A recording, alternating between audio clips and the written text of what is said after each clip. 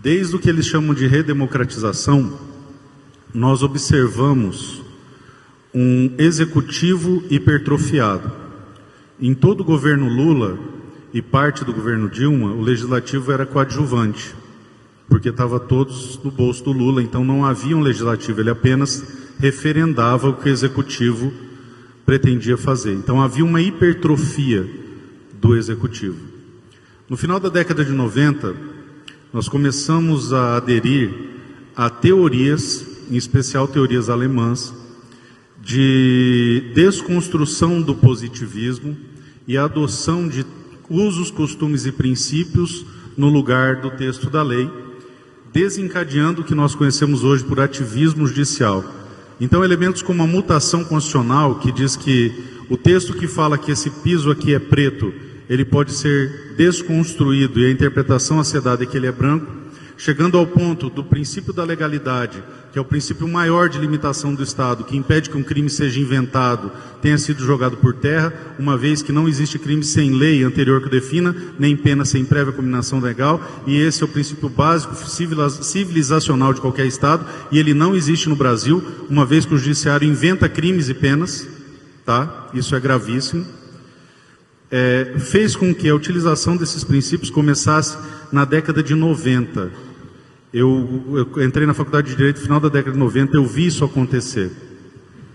Lênio Streck, que é um jurista excepcional, de extrema esquerda, mas excepcional, escreveu um texto chamado Teoria da Cachanga, onde ele pega uma piada em que pessoas se reúnem numa mesa jogando cartas, e de repente o pessoal abaixa a carta sem lógica nenhuma e fala cachanga e leva, cachanga e leva.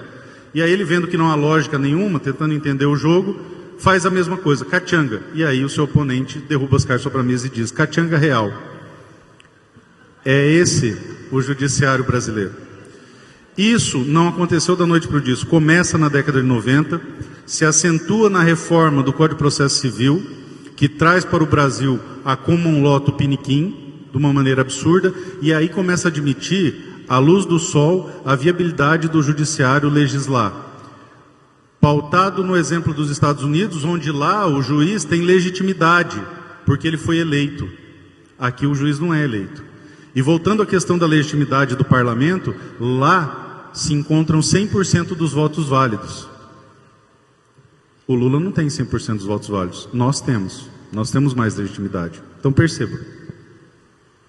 Esta hipertrofia do executivo resultou em várias operações, como a ação penal do mensalão lá de trás, ou do petrolão, eu sempre confundo qual que foi, mas enfim, nos roubaram, e acabou desaguando na Lava Jato e medidas congêneres, e a hipertrofia do judiciário. Então perceba que foi um movimento construído pela hipertrofia do executivo, que corrompeu o legislativo. E aí nós observamos no governo Bolsonaro um executivo outsider. E aí nós vimos a atrofia do executivo e a aproximação do Brasil a um sistema parlamentarista, uma vez que a Constituição de 88 é uma Constituição parlamentarista. Ela foi feita para que nós fôssemos o sistema parlamentarista, porque eles acreditavam que em 93 haveria um plebiscito e o parlamentarismo ganhou. Parlamentarismo, monarquia e presidencialismo ganhou. É sempre assim, eles acham que vão conseguir nos manipular, só que eles esquecem de combinar com o povo. Assim foi no plebiscito, assim foi no referendo. Era para ser um parlamentarismo. Então, concluindo toda essa explicação que eu te dei, a tendência natural é do equilíbrio das soluções. Isso é um princípio de química. Se você colocar uma solução mais saturada com a outra, haverá o equilíbrio.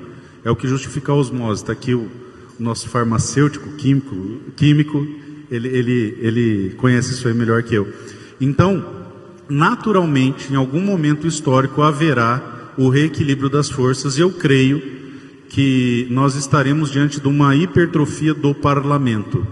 E aí, novamente, haverá esse equilíbrio, vai ter problema, e depois vai haver uma hipertrofia de outro poder. Então, é assim, mais ou menos, qual é o problema?